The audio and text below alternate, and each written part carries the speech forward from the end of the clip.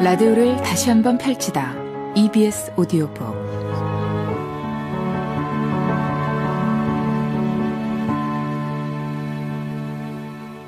두 사람이 마주 앉아 밥을 먹는다. 흔하디 흔한 것, 동시에 최고의 것, 가로되 사랑이더라.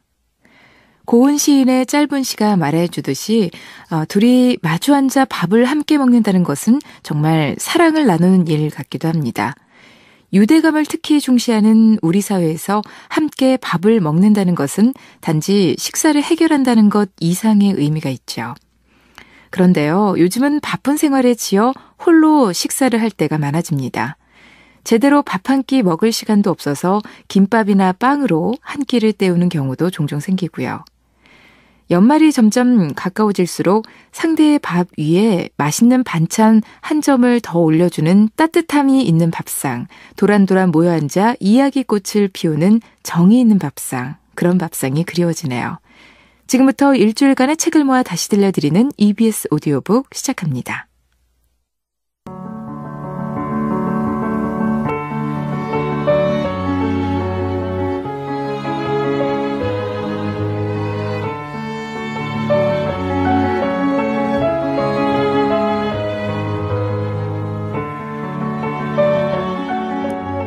EBS 오디오북 이번 주 방송 순서 안내해드리겠습니다. 지금부터 오후 3시까지 고전 읽기 앙투안 갈랑의 천일야화, 3시부터 5시까지 2시간 동안은 화제의 베스트셀러 박완서의 노란집, 5시부터 6시까지는 EBS 북카페 허진호 감독의 시나리오 8월의 크리스마스, 6시부터 8시 50분까지는 라디오 연재소설이 방송되는데요. 최민석의 풍의 역사 낭독의 힘과 제2회 EBS 라디오 문학상 대상 수상작 유순하의 바보 아재가 방송됩니다. 주중에 아쉽게 놓친 책이 있으셨다면 오늘 하루 EBS 오디오북과 함께 해주시기 바랍니다. 먼저 고전 읽기에서 만나볼 작품은 앙투안 갈랑의 천일야화입니다. 아라비안 나이트라고도 불리는 천일야화는 6세기경 페르시아에서 전해지는 천일 동안의 이야기를 아랍어로 기술한 설화로 설화 문학 사상 가장 강렬하고 방대한 작품입니다. 이 이야기들은 지금까지 무수한 사람들의 손을 거쳐서 이룩되는데요. 맨 처음 천일야화라는 이름으로 이 이야기들을 내놓은 사람은 프랑스의 동양학자 앙투안 갈랑이었습니다. 천일야화의 정전으로 꼽히는 앙투안 갈랑의 천일야화는 외설성과 잔인함으로 포장된 다른 천일야화들과는 달리 마법과 환상으로 가득한 이야기 속에 서민들의 지혜와 풍자를 담아내고 있습니다. 그럼 고전 읽기 앙투안 갈랑의 천일야화 낭독 발췌 부분 들어보겠습니다.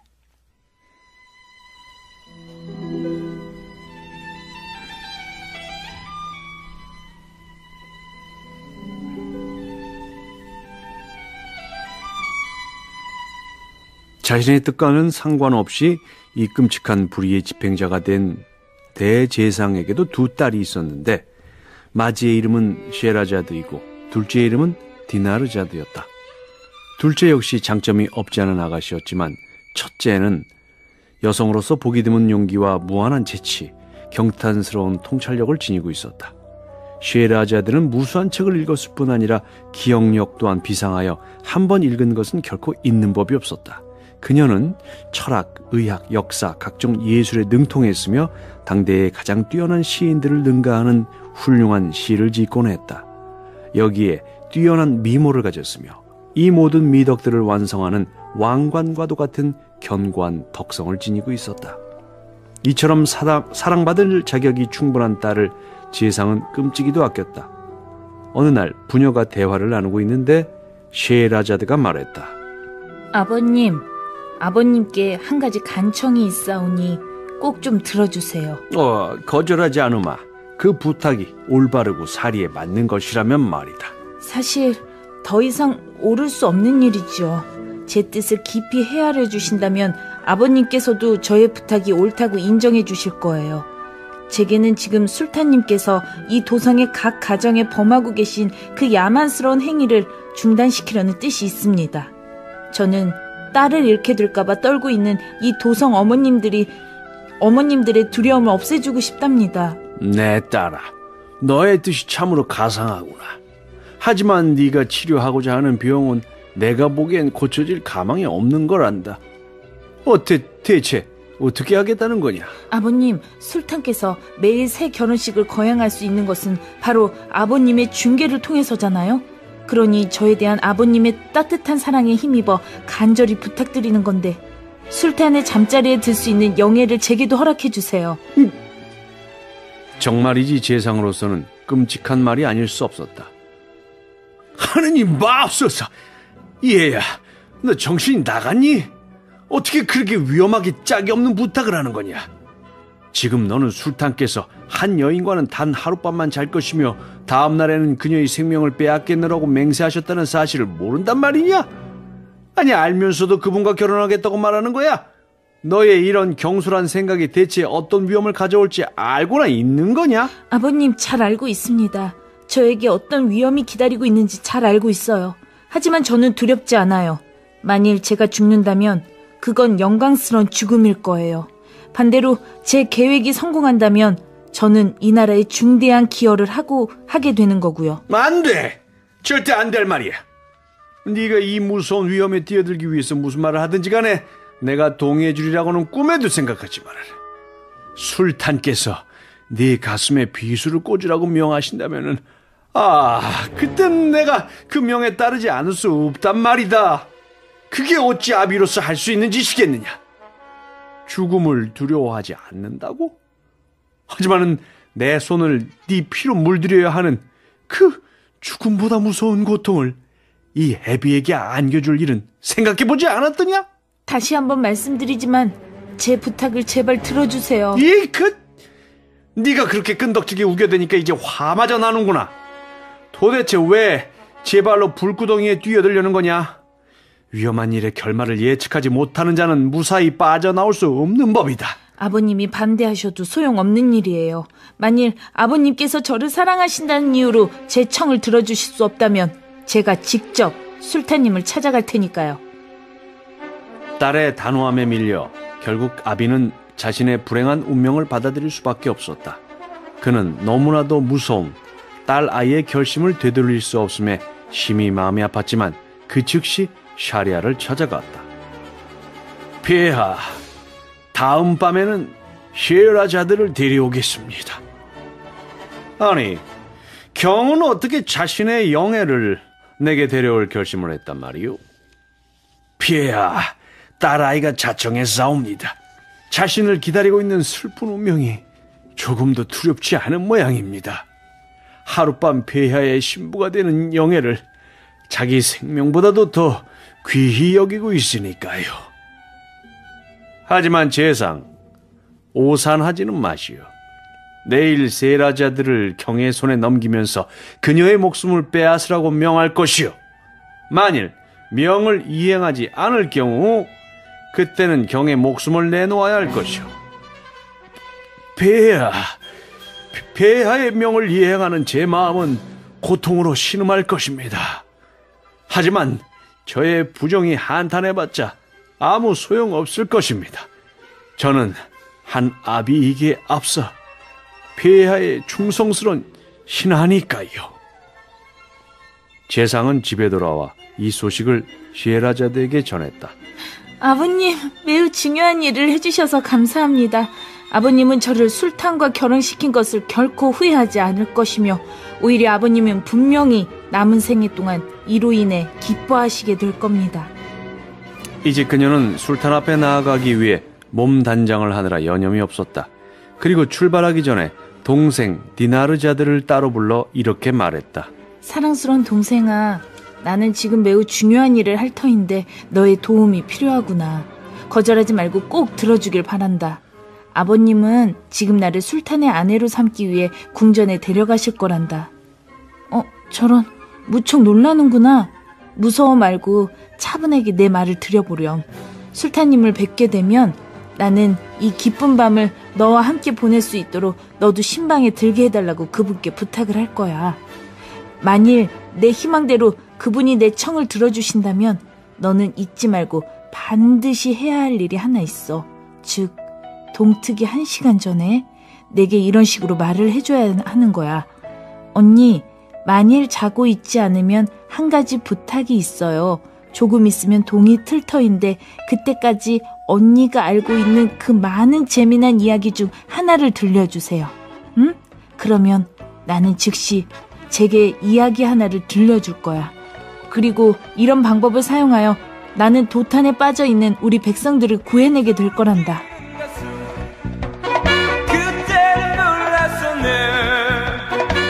내 마음의 꿈을 심은 환상의 아라라나이트.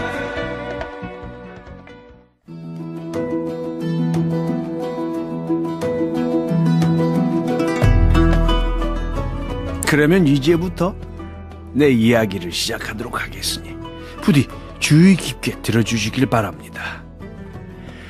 여기 있는 이 암사숨은 나의 아내입니다. 그녀는 불과 12살의 어린 나이를 내게 시집 왔습니다. 그래서 나는 친척이나 남편이라기보다는 오히려 그녀를 아버지처럼 생각했죠. 우리는 30해를 같이 살았지만 자식이 없었습니다. 그러나 이러한 그녀의 불임증에도 불구하고 나는 그녀에 대한 깊은 애정과 우정을 버리지 않았습니다. 나는 오직 자식을 갖고 싶은 마음에 여종을 한 명 샀고 그녀에게서 아주 영특한 아이를 하나 얻을 수 있었습니다. 이에 아내는 질투에 사로잡혔고 아이와 그 어미인 여종 둘 다를 증오하게 됐습니다. 하지만 그녀는 이런 감정을 감쪽같이 속였던지라 내가 알게 됐을 때는 너무 늦어버렸죠. 어쨌든 내 아들은 무럭무럭 잘 자랐습니다. 그런데 아들이 10살 되던 해 나는 여행을 할 일이 생겼습니다. 출발하기 전에 나는 추호도 의심하지 않던 아내를 불러 여종과 아들을 맡기고 내가 집을 비울 1년 동안 잘 돌봐줄 것을 당부했습니다. 그런데 그녀는 이 기간을 이용하여 자신의 증오심을 분출했던 것입니다. 그녀는 사악한 마술에 빠져들었고 이 악마적인 기술을 충분히 익히게 되자 그때껏 품고 있던 무서운 계획을 실행에 옮겼습니다. 그녀는 내 아들을 외진 곳으로 데려가서 마술을 부려 송아지로 변하게 한 것입니다. 그리고 아들을 내 소작인에게 줬습니다. 내가 산 송아지이니 여물을 먹여 기르게.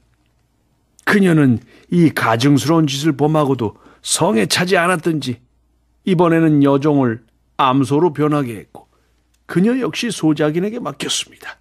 집에 돌아온 저는 아내에게 아이와 그 어미의 소식을 물었죠. 당신 여종은 죽었어요. 그리고 당신 아들은 행방을 감춘 지 벌써 2달째예요. 그 애가 어떻게 되었는지 나로서는 잘 모르겠어요. 나는 여종의 죽음에 가슴이 아팠습니다. 하지만 아들은 단지 실종되었다고만 하니 곧 찾게 되리라고 스스로를 위로했습니다. 근데 그로부터 8달이 흘렀건만 아이는 돌아오지 않았고 아무런 소식도 들을 수 없었습니다. 바이람 축제 날이 되었고 저는 소작인에게 축제 제물로 쓸 살찐 암소 한 마리를 끌어오라고 명했습니다.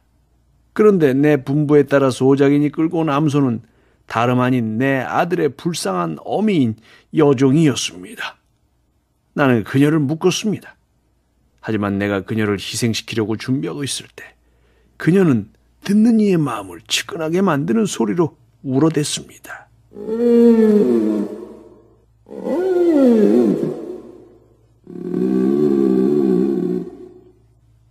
그리고 그 두 눈에서 눈물이 시냇물처럼 줄줄 흘러내리는 것이었습니다.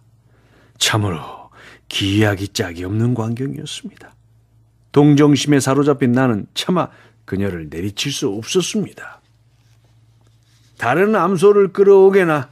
아니 여보, 대체 뭐 하는 거예요? 이 암소를 잡으세요. 당신 소작인이 기르고 있는 암소들 중 이것만큼 튼실하며 또 당신이 사용하고자 하는 용도에 알맞는 건 없단 말이에요. 나는 아내의 뜻에 따르기 위해 암소에게 다가갔습니다. 그리고 제사를 지연시키고 있는 동정심을 억누르면서 치명적인 일격을 가하려고 했습니다.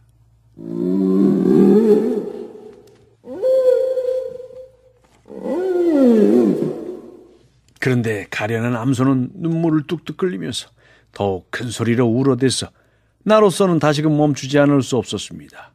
나는 할 수 없이 망치를 소작인에게 넘겨줬습니다. 자, 밖에 자네가 하거나 하게나 이 짐승이 이렇게 서럽게 울고 눈물을 흘려대니 내 마음이 찢어지는 것 같구만. 나보다 동정심이 덜했던 소작이는 암소를 죽였습니다. 하지만 짐승의 가죽을 벗기고 보니 겉으로는 통통해 보였지만 속에는 뼈밖에 없었습니다. 난 너무나 속이 상했지요. 이걸 자네에게 줄 테니 가져가게나. 자네 주변에 가난한 사람들이 있거든 실컷 먹이게. 그리고 자네 목장에 살찐 송아지가 있거든 내게 한 마리 끌고 오게나.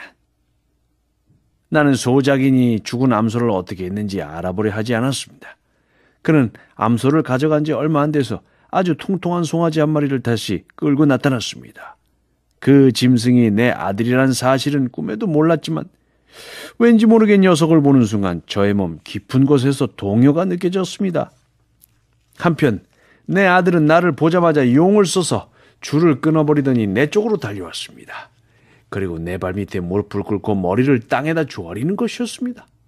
마치 내 동정심을 자극해서 자기 목숨을 빼앗지 말아달라고 애원하는 듯한 모습이었습니다. 그 녀석은 자신이 나의 아들이라는 사실을 알리기 위해서 가진 애를 쓰고 있었던 겁니다. 송아지의 이런 행동을 본 나는 암소가 눈물을 흘리는 모습을 봤을 때보다 훨씬 더 놀랐습니다. 나는 측은한 마음이 들어서 송아지에게 관심을 갖게 됐죠. 다른 말로 표현하자면 보이지 않는 혈육의 정이 내 안에서 그 의무를 다한 셈이지요. 자, 이 송아지도 자네 집에 데려가서 잘 보살펴주게. 대신 즉시 다른 놈을 끌고 오게나. 여보, 대체 무슨 말이요? 이놈 말고 다른 놈은 절대 잡지 말아요. 여보, 난 이놈을 죽일 수가 없소. 이놈 목숨을 보존해 주려고 하니 제발 내 뜻에 맞서려 하지 마시오. 내가 이처럼 간청했지만은 이 고약한 여자는 조금도 고집을 꺾으려들지 않았습니다. 내 뜻을 따르기에는 내 아들을 너무나 미워했던 겁니다.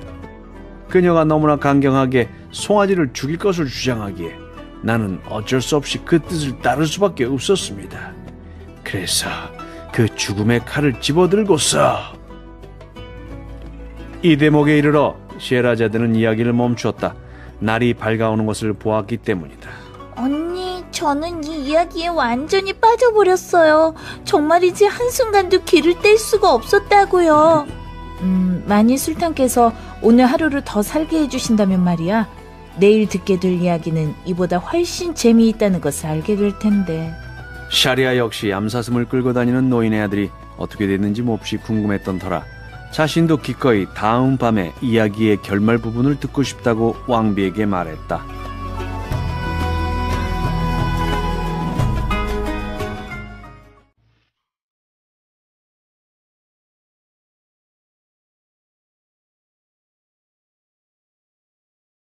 다섯 번째 밤이 끝나갈 즈음 디나르자드는 왕비를 불렀다. 언니, 만일 자고 있지 않으면 동이 틀 때까지 어제 언니가 했던 그 멋진 이야기의 뒷부분을 들려주세요. 셰라자드는 샤리아의 허락을 얻어낸 후 전날의 이야기를 계속해 나갔다. 폐하, 암사슴을 데리고 있는 첫 번째 노인은 정령과 상인, 그리고 다른 두 노인에게 그의 이야기를 계속 들려주었습니다. 그리하여 나는 칼을 집어들었습니다. 그런데 짐승이 눈물에 젖어 눈을 돌려 힘없이 나를 올려다보는 게 아니겠습니까? 그 눈빛에 마음이 너무 측은해진 나는 차마 녀석을 죽일 수가 없었습니다. 나는 칼을 떨어뜨렸습니다. 여보, 이 놈은 절대 죽일 수 없으니 다른 놈을 잡겠소. 그녀는 내 결심을 돌리기 위해 별짓을 다 했지만 내 결심은 확고했습니다. 대신 내년 바이람 축제 때는 녀석을 잡겠소. 약속하오.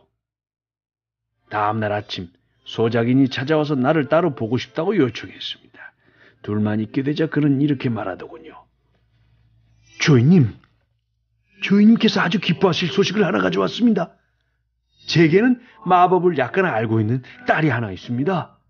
어제 제가 주인님께서 잡지 않으신 송아지를 데리고 집으로 들어갔는데 그걸 본 딸애가 처음에는 웃더니 곧바로 울기 시작하는 것이었습니다. 제가 물었죠. 왜 그처럼 반대되는 행동을 동시에 하느냐고요. 아버님이 끌고 온 이 송아지는 주인님의 아드님이세요. 제가 웃는 이유는 이분이 살아계신 것이 기뻐서이고 또 운 것은 암소로 변한 이분의 어머님이 희생된 것이 생각났기 때문이에요. 마법을 써서 이 두 사람을 이처럼 변신시켜 놓은 장본인은 이들을 끔찍이도 미워하는 주인님의 철합니다. 이것이 딸애가 제게 말해준 내용이며 저는 이 사실을 주인님께 알려드리고 싶었습니다. 정령이여. 이 말을 듣고 내가 얼마나 놀랐을지 상상해 보십시오. 나는 소작인의 딸과 직접 얘기하려고 당장에 집을 나섰습니다. 농가에 도착하자마자 나는 아들이 갇혀있는 외양간으로 갔습니다. 물론 내가 껴안아도 아들은 인간의 말로 대답하지 못했습니다. 하지만 녀석이 내게 반응하는 모습은 그가 분명 내 아들임을 확신시켜줬습니다. 소작인의 딸이 도착했습니다. 얘야, 내 아들에게 원래의 모습을 되찾아줄 수 있겠니? 물론 할 수 있습니다. 만일 그렇게만 해준다면 내 온 재산을 내게 주겠다. 당신은 우리들의 주인이십니다. 그리고 주인님께서 여태껏 베풀어 주신 은혜만으로도 충분히 감사하고 있습니다. 하지만 아드님을 원래 상태로 돌려드리는 데는 두 가지 조건이 있습니다. 첫째는 아드님을 저의 남편으로 삼아주세요. 둘째는 아드님을 송아지로 변하게 한 사람을 제가 벌할 수 있도록 허락해 주세요. 첫 번째 조건은 정말이지 기꺼이 받아들이겠다. 그것만이 아니다. 내 아들에게 줄 재산과는 별도로 내게 따로 많은 재산을 줄 것을 약속하마. 네게서 받은 큰 은혜를 갚기 위해서라면 내 무엇인들 못하겠느냐. 그리고 내 처에 관련된 조건 역시 받아들이겠다. 그렇게 흉악한 행동을 할 수 있는 인간은 벌을 받아 마땅하다. 너에게 넘겨줄 테니 하고 싶은 대로 하려무나 대신 목숨만은 빼앗지 말았다오. 그 여자가 주인님 아들에게 했던 것과 똑같은 방식으로 다루어 줄 겁니다. 그렇게 하려무나. 하지만 먼저 내 아들을 원래의 모습으로 되돌려다오. 그러자 소녀는 물을 가득 채운 항아리를 하나 들고 그 속에 뭐라고 중얼거리더니 다시 송아지를 향해 주문을 외웠습니다. 송아지야, 만일 전능하시고 지극히 높으신 이 세상의 주인께서 너를 현재의 상태로 창조하신 것이라면 이 모습 그대로 있거라. 하지만 만일 네가 인간이며 마법에 의해 송아지로 변한 것이라면 주권자 창조주의 허락에 힘입어 자연스러운 형상을 되찾아라. 말을 마치면서 그녀는 송아지 위에다 물을 뿌렸습니다. 그러자 그 즉시 아들은 원래의 형상을 되찾았습니다. 내 아들아, 소중한 내 아들아, 너를 가두고 있던 이 끔찍한 마법을 파괴하고 너와 너희 어머니에게 행해진 악에 복수하기 위해 하느님께서 이 소녀를 보내주셨구나. 이 소녀를 네 아내로 맡겠다는 나의 약속을 너 역시 받아들이라고 믿는다. 물론 아들은 기꺼이 동의했습니다. 하지만 결혼하기 전에 소녀는 내 철을 암사슴으로 변화시켰고 그것이 바로 여기 있는 이 짐승입니다. 하필 왜 암사슴이냐고요. 그건 나의 소원을 따른 것이었습니다. 그래도 다른 짐승들보다는 보기 좋은 암사슴으로 있으면 집에 같이 있어도 그다지 역겹게 느껴지지 않으리라 생각했기 때문이었습니다. 이후에 내 아들은 상처하여 호라비가 됐고 여행을 떠났습니다. 근데 여러 해가 돼도 소식을 들을 수 없어 그 애를 찾아 이렇게 몸소 집을 나섰습니다. 하지만 내가 아들을 찾으러 돌아다닐 동안 내 철을 다른 사람한테 맡기기 싫어서 이렇게 데리고 다니는 것이 낫겠다고 생각한 것입니다. 자, 이것이 나와 이 암사슴에 얽힌 이야기입니다. 이 이야기 정말 놀랍고도 신기하지 않습니까? 오, 그래. 네 말에 동의한다. 이 이야기 때문에 상인에게 내릴 형벌을 3분의 1만큼만 감면해 주겠다. 첫 번째 노인의 이야기를 끝내자 검둥개 2마리를 데리고 그리고 다니는 두 번째 노인이 정령에게 말했습니다. 이번에는 나와 여기 보이는 이 2마리의 개에게 일어난 일을 이야기해드리겠습니다. 내가 확신하건대 당신은 방금 들은 이야기보다 내 이야기가 훨씬 더 놀라운 것이라고 느끼게 될 겁니다. 하지만 내 이야기를 해드리면 이 상인에게 내릴 형벌의 3분의 1을 또 감면해 주시겠습니까? 좋다. 하지만 네 이야기가 암사슴 이야기보다 훨씬 뛰어난 경우에 한해서이다. 이렇게 합의가 이루어지자 두 번째 노인은 다음과 같이 이야기를 시작했습니다. 하지만 시에라자드는 날이 밝아오는 곳을 보고 이야기를 멈췄습니다. 그러자 디나르자르가 말했죠. 세상에나 정말 이 이야기들은 너무나 기이해요. 동생아, 그래도 이 이야기는 내일 밤에 들려줄 이야기에 비하면 아무것도 아니란다. 만일 나의 군주이시며 하늘 같은 남편이신 술탄께서 은혜를 베푸시어 나를 내일까지 살게 해주신다면 말이야. 샤리아는 이에 대해 아무런 대답도 하지 않고 그냥 몸을 일으켜 아침 기도와 어전회의를 위해 방을 나갔다. 하지만 어전회의에 간 샤리아는 아름다운 시에라자드의 목숨을 위협할 수 있는 말은 절대 내비치지 않았다.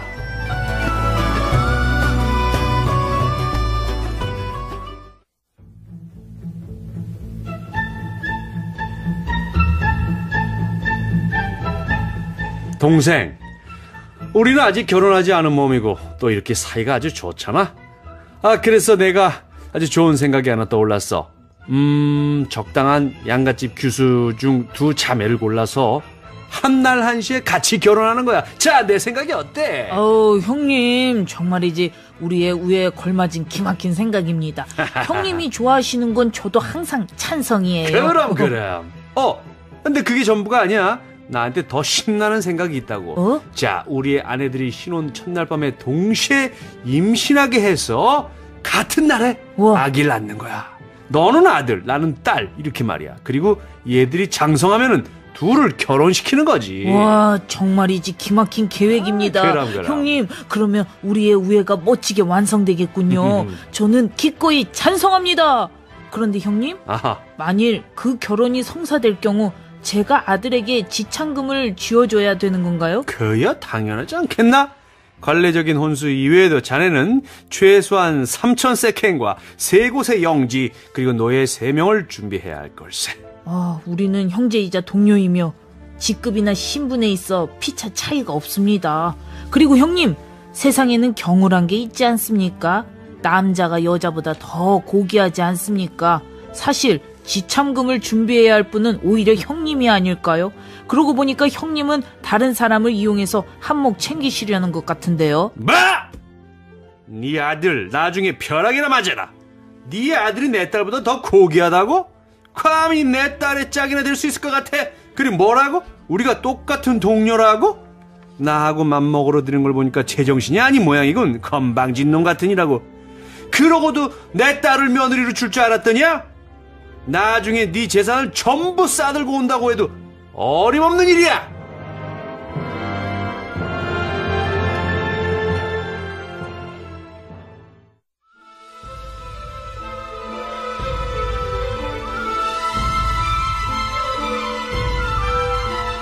폐하, 요정은 정령에게 이집트 수탄과 셴셰딘 모하메드의 이야기를 계속해 주었습니다.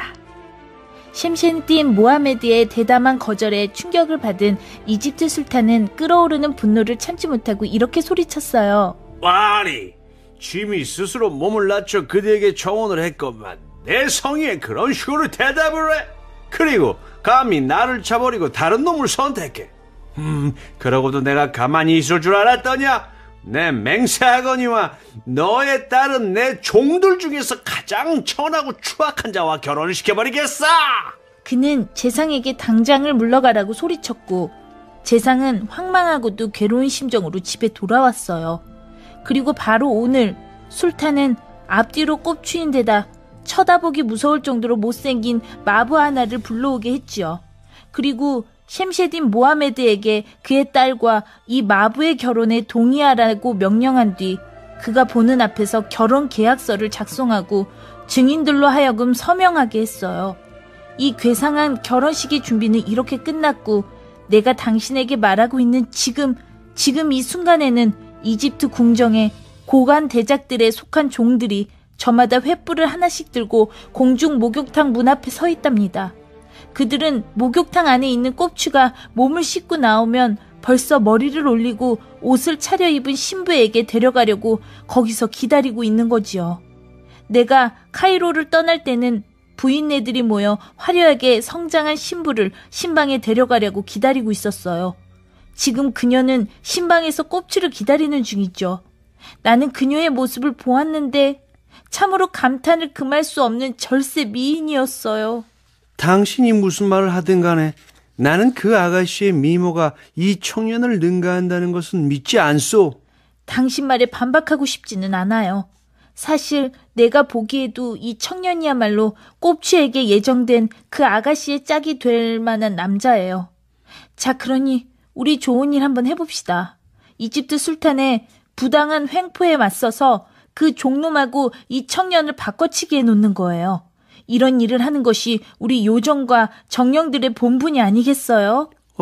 좋은 생각이요. 그런 기막힌 것을 생각해내다니 당신이 얼마나 고마운지 모르겠소. 당신 말대로 복수심에 사로잡혀 날뛰고 있는 이집트 술탄을 골탕 먹읍시다.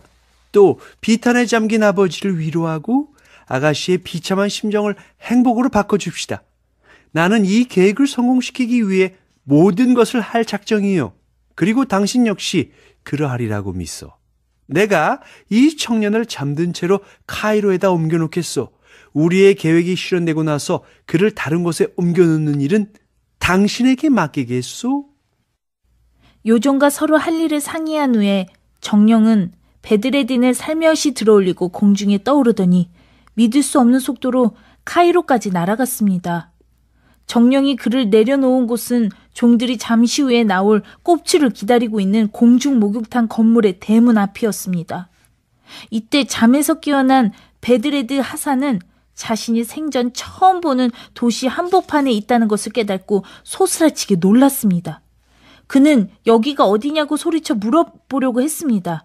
하지만 옆에 있던 정령이 그의 어깨를 툭툭 치면서 말하지 말라고 눈짓했습니다. 그리고는 손에 횃불을 쥐어주면서 이렇게 말했습니다. 자, 저기 보이는 목욕탕 대문 앞으로 가서 모여있는 사람들 틈에 끼어드시오. 그리고 그들을 따라가 잠시 후 결혼식이 열릴 홀 안으로 들어가시오. 신랑은 꼽추이니 쉽게 알아볼 수 있을 것이요. 홀에 들어가면서는 신랑 오른편에 서서 당신 가슴에 차고 있는 돈 주머니를 열어 행진하고 있는 악사들과 춤꾼들에게 나누어 주시오. 홀 안에 들어가면 신부 주위에 여종들이 보일 것이요. 그녀들에게도 돈을 주시오. 인색하게 굴지 말고 돈을 듬뿍듬뿍 꺼내서 아낌없이 나눠주시오. 정신 똑바로 차리고 내가 시킨 그대로 해야 하오. 거기 가서 당황하지 말고 아무것도 두려워하지 마시오. 오직 모든 것을 자기 뜻대로 이루는 지고의 권능자를 믿고 편안한 마음으로 계시오. 이처럼 할 일을 지시받은 젊은 베드레디는 목욕탕 대문 쪽으로 나아갔습니다. 거기서 처음에 한 일은 어떤 종의 횃불을 자기 횃불에 옮겨 붙이는 일이었습니다. 그리고 나서 자신도 어떤 고관 대작의 종인 것처럼 행동하며 다른 사람들 틈에 끼어들어 목욕탕에서 나와 왕궁의 말을 타고 신부가 있는 곳으로 향하는 꼽추와 동행했습니다. 날이 밝아서 세이라자드는 입을 다물어야 했고 다음 날 이야기를 계속해 나갔다.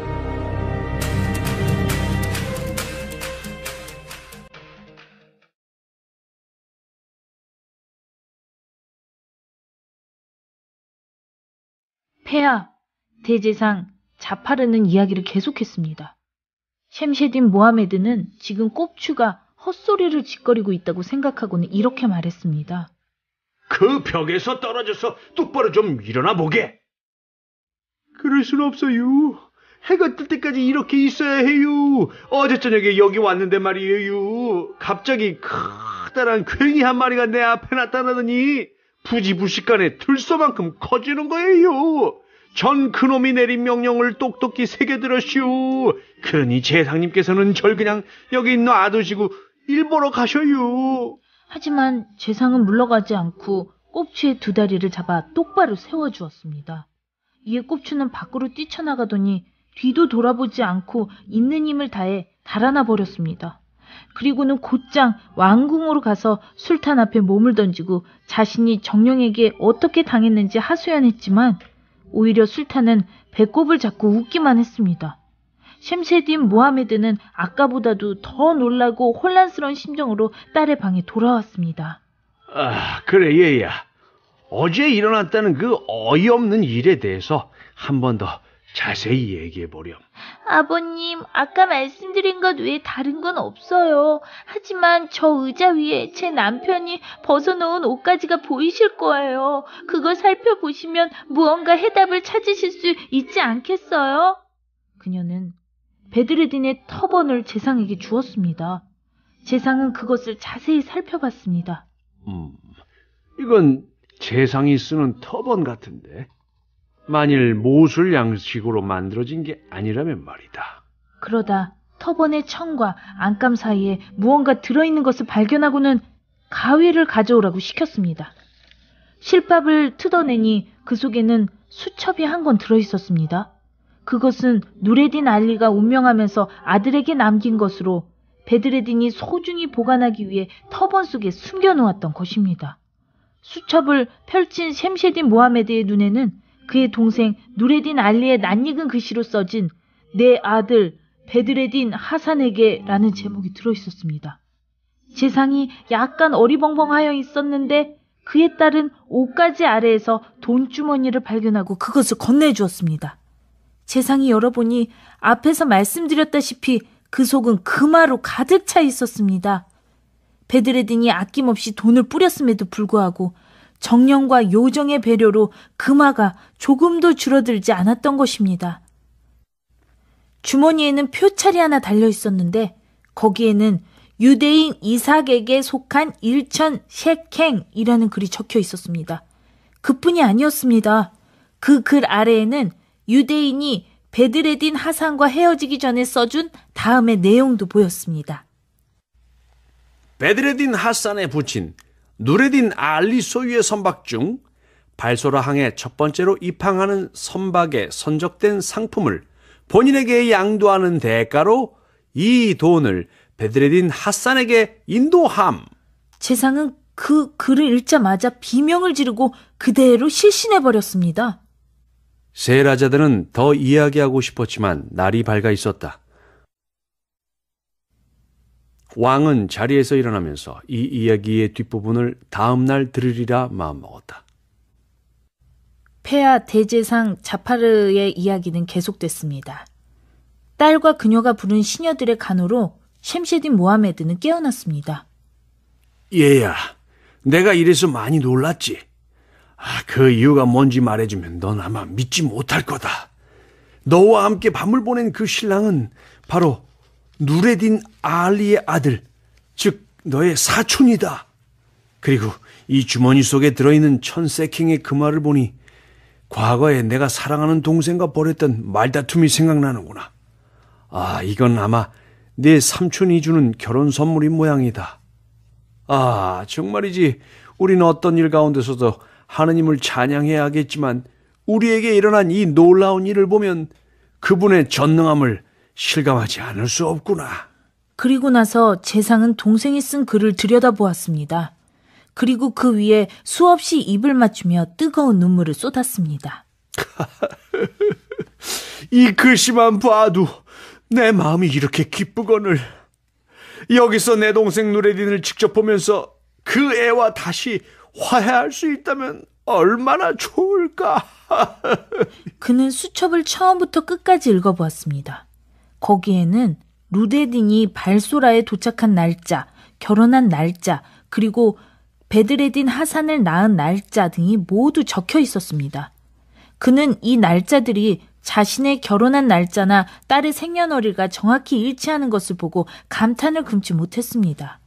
그리고 딸과 같은 날 태어난 조카가 결국 자기 사이가 되었다고 생각하자 터져나오는 기쁨을 도저히 억제할 수가 없었습니다.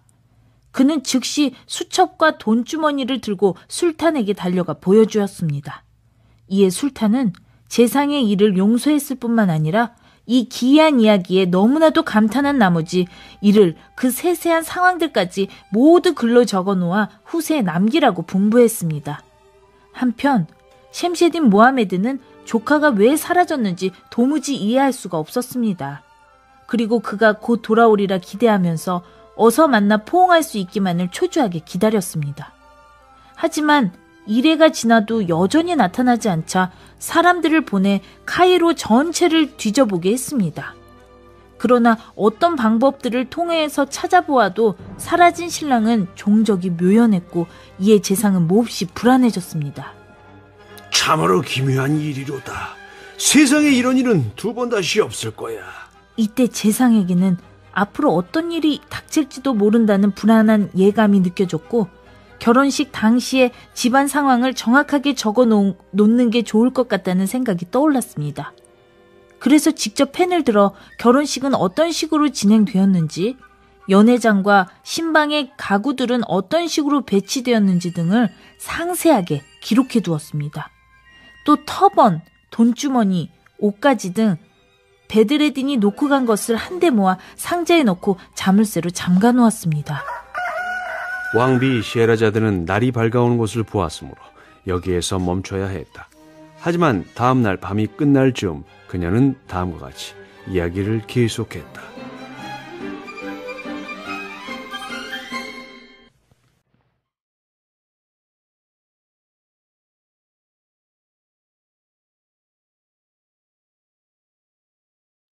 이처럼 호화찬란한 광경에 아브아사는 크게 놀라고 당황했습니다.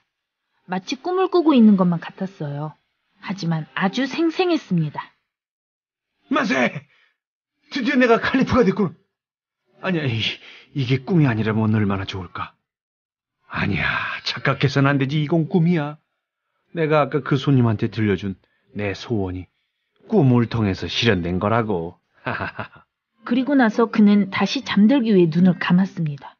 그러자 한 4시가 다가와 공손히 아뢰었습니다. 신자들의 사령관이시여, 폐하께선 다시 주무시지 마시옵소서. 새벽빛이 비치기 시작하고 있으니 이제 일어나 기도를 드리셔야 합니다. 아이, 지금 내가 깨 있는 거야? 자고 있는 거야? 아니야, 난 지금 자고 있는 거야. 이건 의심의 여지가 없는 사실이야. 폐하, 아래옵게 황송하오나 기침하셔야 할 시간이 옵니다. 기도 시간을 놓치실 수 있사옵니다. 벌써 해가 떠오르려고 하고 있사옵니다. 폐하께선 평소 아침 기도를 거르시는 법이 없지 않습니까? 아니야, 내가 틀렸어. 나는 자고 있지 않아. 자는 사람은 듣지 못하는 법인데 지금 내 귀에는 누군가 말하는 소리가 들리잖아. 그는 다시 눈을 떴습니다. 이제 날은 환히 밝아서 조금 전까지 희미하게 보였던 것들이 눈에 또렷이 들어왔습니다. 아브아사는 지금 자신이 어디에 있는지 정신을 차릴 수 없었습니다. 하지만 얼마 후 다시금 그의 머릿속에서는 처음에 생각이 떠올랐고 지금 보고 듣는 모든 것이 꿈인지 현실인지 도무지 분간이 되지 않았습니다. 그는 손으로 두 눈을 가린 다음 고개를 숙이고 다시 속으로 생각했습니다. 그런데 이게 다 뭐지? 난 지금 어디 있는 거지? 대체 내게 무슨 일이 일어난 걸까? 이 궁전은 또 뭐고? 멋진 옷을 입고 있는 이 건장한 내시들은 또 뭐며 이 궁전들, 그리고 기막히게 아름다운 여자들, 그리고 황홀하게 만드는 여자 악사들과 음악들은 다 뭐란 말인가? 마침내 그는 손을 눈에서 떼고 고개를 들었습니다. 창문 쪽을 보니 벌써 눈부신 아침 햇살이 들어오고 있었습니다. 이때 호위 대장 메스루스가 들어와 아브아산에게 공손히 절한 후 다시 몸을 일으키며 아뢰었습니다. 신자들의 사령관이시여, 아래옵기 황송하오나 오늘 폐하께서는 평소와 달리 늦게 기침하셔서 유감스럽게도 아침 기도 시간을 놓쳐버리셨습니다. 혹시 간밤에 잠을 설치셨거나 몸이 불편하신 것이 아니라면 이제 옥자에 오르셔서 어전 회의를 주재하시고 만조 백관에게 용안을 보여주실 시간이 옵니다. 폐하, 군대의 장군들과 지방 총독들, 그리고 궁의 모든 대신들이 어서 어전의 문이 열리기만을 기다리고 있나이다. 메스루르의 말을 들은 아브아사는 이제 자신이 자고 있는 것이 아니며 자기를 둘러싼 이 모든 놀라운 것이 결코 꿈이 아님을 확신할 수 있었습니다. 하지만 이와 동시에 그는 더욱 당황했습니다. 만일 이 모든 것이 현실이라면 이 상황에서 어떻게 행동해야 할지 알 수 없었던 것입니다. 그는 메스루르를 뚫어지게 쳐다보며 심각한 어조로 물었습니다. 당신 지금 누구한테 말하고 있는 거요? 난 당신 모르는데. 아니 왜 날 보고 신자들의 사령관이니 뭐니 그렇게 부르고 있는 거예요 지금? 아마 나를 다른 사람으로 착각하고 있는 것 같은데요? 다른 사람 같았으면 아부 하산의 질문에 몹시 당황했을 것입니다. 하지만 칼리프로부터 사전에 충분한 설명을 들은 메스루르는 자신이 맡은 배역을 훌륭하게 연기해냈습니다. 경애하시는 주군이시여, 오늘 소신을 시험해보려고 그리 말씀하시는 것이죠. 폐하께서는 신자들의 사령관이시오. 동방과 서방을 포함한 전 세계를 다스리는 군주이시며 또한 하늘과 땅 세계의 주인이신 하나님께서 이 땅에 파견하신 예언자 무함마드의 대리인 아니신가요? 소신으로서는 폐하께서 긴밤에 뒤숭숭한 꿈으로 잠을 설치신 것이라 생각하고 싶사옵니다. 메스루르의 말에 아부 하산은 하도 어이가 없어 침대에 벌렁 나자빠져 크게 웃어댔습니다. 그리고 나서 아부 하산은 그에게서 가장 가까운 곳에 있는 한 시녀를 불렀습니다. 어이, 저 아름다운 아가씨, 저 이리로 좀 와보쇼. 내 손가락 끝을 좀 꽉 깨물어 보세요. 지금 내가 자고 있는 건지 깨어 있는 건지 알아보게 말이오. 아부 하산이 이렇게 부탁해오자 칼리프가 숨어서 보고 있다는 사실을 알고 있던 시녀는 내심 기뻤습니다. 자신도 장난에 참여함으로써 칼리프를 즐겁게 해줄 기회를 얻었기 때문이지요.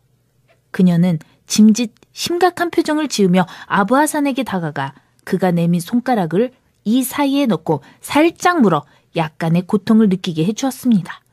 그러자 아부 하산은 즉시 손가락을 빼면서 외쳤습니다. 아야, 나는 자고 있는 게 아니야. 분명 자고 있는 게 아니라고. 대체 웬 기적으로 하룻밤 사이에 내가 칼리프가 된 거지? 정말이지. 세상에서 가장 놀랍고도 신기한 일이 아닐 수가 없네. 내게 진실을 숨기지 마시오. 당신과 내가 믿는 하나님의 이름으로 간곡하게 부탁하겠소. 내가 정말로 신자들의 사령관이란 말이오? 그렇습니다. 폐하께서는 분명 신자들의 사령관이 맞사옵니다. 헌데 어찌하여 스스로가 아니라 하시며 폐하의 노예들인 저희를 놀라게 하시나이까? 당신 또한 거짓말장이군. 나는 내가 누군지 알고 있단 말이오. 호위 대장은 아부 하산의 몸을 일으키려 하는 것을 보고 그에게 손을 내밀어 침대 밖으로 나오도록 도와주었습니다. 그가 일어서자마자 궁신들과 시녀들이 일제히 바라는 우렁찬 아침 인사가 방 안에 울려 퍼졌습니다. 신자들의 사령관이시여, 오늘도 하느님께서 폐하께 좋은 하루를 허락하시길. 맙소사. 정말 신기하기도 하지. 어제 저녁에는 아부 하산이었는데 오늘 아침에는 신자들의 사령관이 됐네. 이야, 이 너무나 갑작스럽고 놀라운 변화가 도대체 웬 조화인지 알 수가 없군.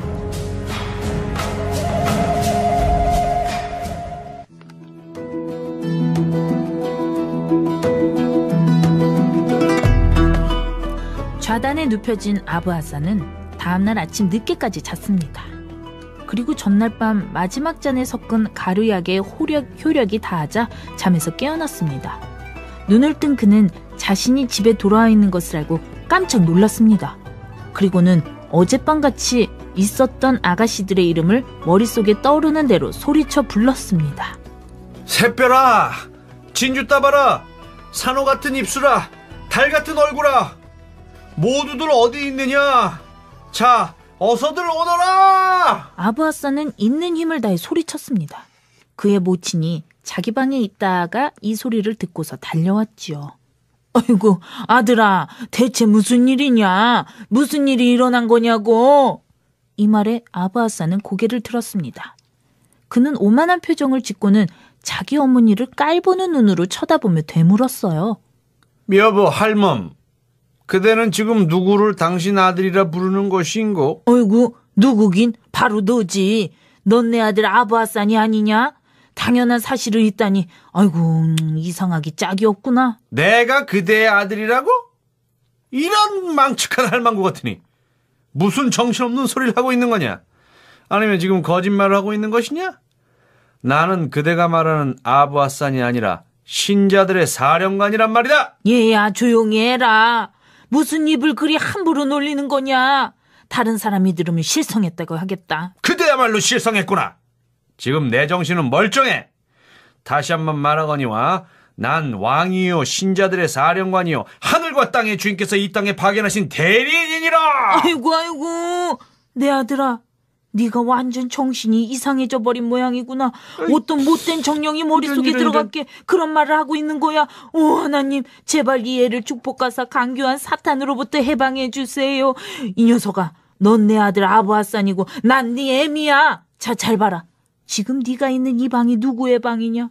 그래 이게 신자의 사령관의 방이냐? 이건 바로 네 방이 아니냐. 네가 태어난 이후 줄곧 나랑 같이 살면서 한시도 떠난 적이 없는 네 녀석 방이 아니냐고.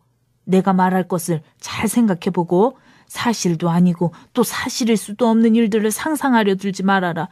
아이고 이 녀석아, 제발 정신 바짝 차리고 잘 생각해보란 말이다. 아부하산은 어머니가 하는 말을 조용히 들었습니다. 그는 한 손으로 턱을 잡고 두 눈은 지그시 감고서 자신이 보고 듣는 것의 진실을 밝히기 위해 집중하는 듯한 표정을 지었습니다. 이런 모습으로 한동안 골똘히 생각한 아부하산은 마침내 깊은 잠에서 깨어나는 듯한 표정으로 다시 말했습니다. 그래, 당신 말이 맞는 것 같소. 과연 나는 아부하산이고 당신은 나의 모친인 것 같소.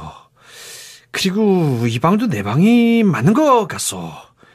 그래, 나는 다시 아부하산이 되어 있는 것이고 이 사실엔 의심의 여지가 없어. 아니, 그런데 대체 왜 내가 그런 꿈 같은 생각을 하게 됐을까? 정말 이해할 수 없는 일이란 말이야. 모친은 간밤의 꿈으로 정신이 잠시 혼란해졌던 아들이 다시 정상으로 돌아왔다고 진심으로 믿었습니다. 그래서 그와 함께 웃으며 대체 무슨 꿈을 꾸었느냐고 물으려 했습니다. 그런데 아부하산이 벌떡 일어나더니 그녀를 곁눈으로 째려보면서 다시 외쳤습니다. 마귀 할멈 같으니 그대야말로 제정신이 아니다. 난 그대의 아들이 아니고 그대는 내 모친이 아니야. 착각하고 있는 건 오히려 그대거늘. 나더러 그대의 말을 믿으라고 하는구나. 분명히 말하는데 나는 신자들의 사령관이고 그대가 무슨 말을 하더라도 이 사실엔 변함이 없어. 얘야, 제발 부탁한다. 하느님이 무섭다면 제발 그런 말일랑 입에 담지 마라. 그러다 무슨 불행이라도 떨어지면 어쩌려는 거냐. 자, 우리 다른 얘기를 하자꾸나. 어제 무슨 일이 일어났었는지 아니? 우리 동네 모스크의 이맘과 우리 이웃의 내 영감 있지 않니? 글쎄 포도대장이 오더니 그들을 잡아가지고 몇 대인지 세어보지도 않았지만 무수히 채찍질을 하는 거야. 그리고는 광고꾼으로 하여금 이는 자기와 상관없는 일에 끼어들고 이웃의 가정들 불화를 퍼뜨리기를 일삼는 자들에게 내리는 벌이라고 공고를 하게 했단다. 그리고 나서 그들을 온 도성에 끌고 다니면서 앞서 말한 내용을 알리게 한 후에 다시는 우리 동네에 발을 들여놓지 말라고 명하고 추방해버렸단다. 아부하산의 어머니는 그녀의 아들이 그 사건과 어떤 관련이 있는 줄은 꿈에도 모르고 있었습니다. 그래서 화제를 바꾸어 이 사건을 이야기해주면 잠이 덜 깨어 아직 자신이 신자들의 사령관이라 믿고 있는 아들의 환상을 쫓아줄 수 있으리라 생각했던 것입니다. 하지만 그녀의 기대와는 전혀 다른 일이 일어났습니다. 이 이야기는 그에게서 자신이 신자들의 사령관이라는 생각을 지워버리기는커녕 오히려 다시금 떠오르게 했던 것입니다. 뿐만 아니라 모친의 입을 통해 이 사건이 환상이 아니라 엄연한 현실이었다는 사실을 확인하고 나자 그의 확신은 더욱 굳어졌습니다. 나는 그대의 아들이 아니고 아부하산도 아니다. 그대의 입에서 나온 얘기를 들으니 더 이상 의심의 여지가 없다. 이맘과 내 영감을 그렇게 벌하라고 명한 사람이 바로 나다.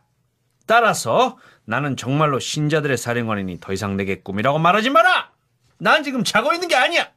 이제 할멈이 무슨 말을 하더라도 난 듣지 않겠어. 어머 얘야, 하느님께서 너를 불쌍히 여기시고 내게 긍휼을 베푸시길 바란다. 이제 말도 안 되는 그런 말은 그만해라. 응?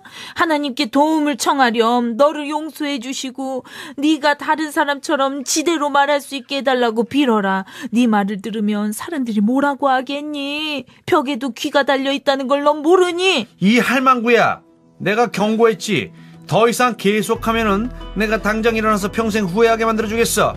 나는 칼리프, 신자들의 사령관이니 그대는 내가 말하면 그대로 믿어야 하는 거야. 선량한 노부인은 아브하산이 이성을 되찾기는커녕 점점 더 이상해지는 것을 보고는 목 놓아 통곡하기 시작했습니다.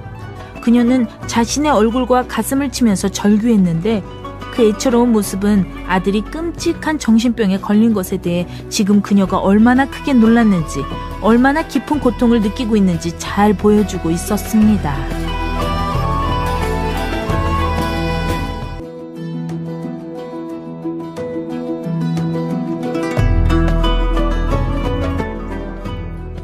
이런저런 한담을 나누며 식사를 하던 중에 탁발승은 제게 놀라운 사실 하나를 알려줬습니다. 우리가 있는 곳에서 얼마 떨어지지 않는 곳에 엄청난 보물이 숨겨져 있습니다. 그 보물 창고에 숨겨진 보물이 얼마나 많은가 하면 거기서 꺼낸 황금과 보석을 낙타 80마리에 가득 싣는다고 해도 마치 조금도 손대지 않은 듯 아무 표도 나지 않을 정도입니다. 오, 착한 탁발승 양반. 척 보아도 물욕이 조금도 없는 고결하신 분 같군요. 그러니 혼자만 알고 계신 그 비밀이 무슨 소용이 있겠소? 더구나 지금 이렇게 혼자시니까 보물을 가져오고 싶어도 아주 조금밖에 가져올 수 없을 거요. 그곳이 어딘지 내게 알려주시오. 이 80마리의 낙타에 가득 실어서 오게 말이오. 낙타 한 마리는 당신에게 선물로 드리겠소. 내게 큰 재산과 기쁨을 안겨준 것에 대한 보답으로 말이오. 사실 제가 제안한 낙타 한 마리는 보잘것없는 놈이었습니다. 하지만 그의 말을 들은 순간부터 엄청난 탐욕에 사로잡혀 있던 제게는 오히려 많게 느껴졌죠.